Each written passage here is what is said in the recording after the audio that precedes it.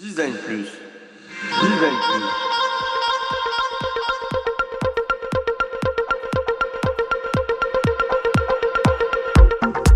Je pense que le design doit rendre service au plus grand nombre et avoir des responsabilités écologiques et sociales. Je suis Laurent Galen, designer d'expérience depuis 15 ans.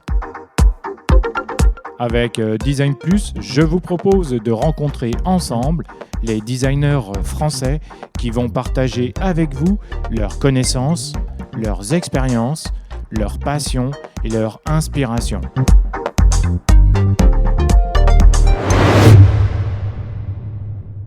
Est-ce que tu peux nous expliquer un petit peu quel était le rôle de chacun au sein de l'équipe, s'il te plaît, de l'équipe design?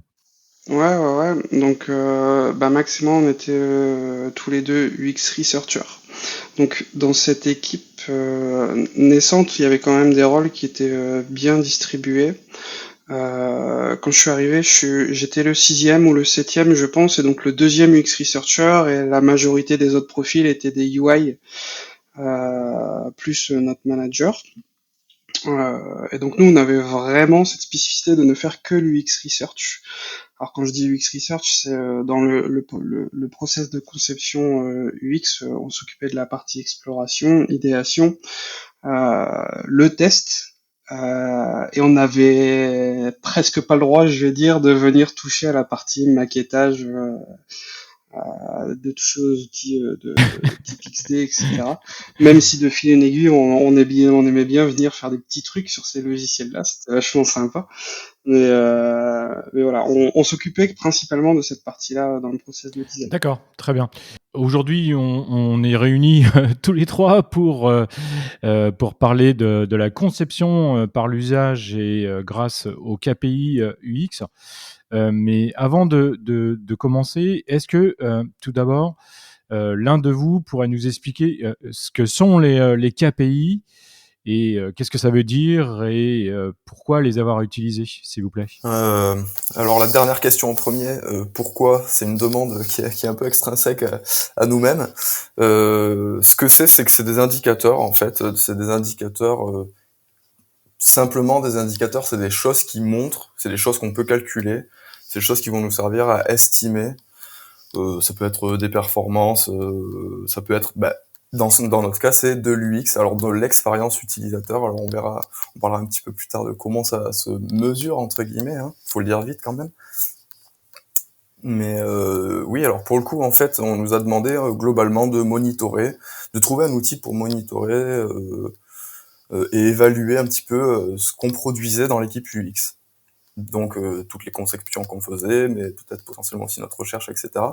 Et on s'est tourné vers des indicateurs faciles à comprendre, enfin qu'on estime faciles à comprendre, qui pourraient aider les chefs de projet, les décideurs à statuer sur est-ce que on a amélioré l'expérience utilisateur ou pas d'un produit, d'un système, etc. quoi. Très simplement. Donc, tout à l'heure, Clément disait que en fait, l'équipe design était en construction. Donc, ils sont passés d'une refonte totale à mesurer immédiatement l'UX, c'est ça? Ouais, alors pas tout à fait. Euh, ils ont quand même compris, en tout cas les décideurs qui chapeautaient la Digiforce avaient quand même bien compris le rôle de l'UX, et ils avaient bien compris aussi qu'on était capable de leur donner beaucoup d'informations, mais surtout de l'information qualitative. Donc en soi, on peut dire que c'est presque, ça peut faire partie de ce qu'on appelle des indicateurs de performance, donc des KPI.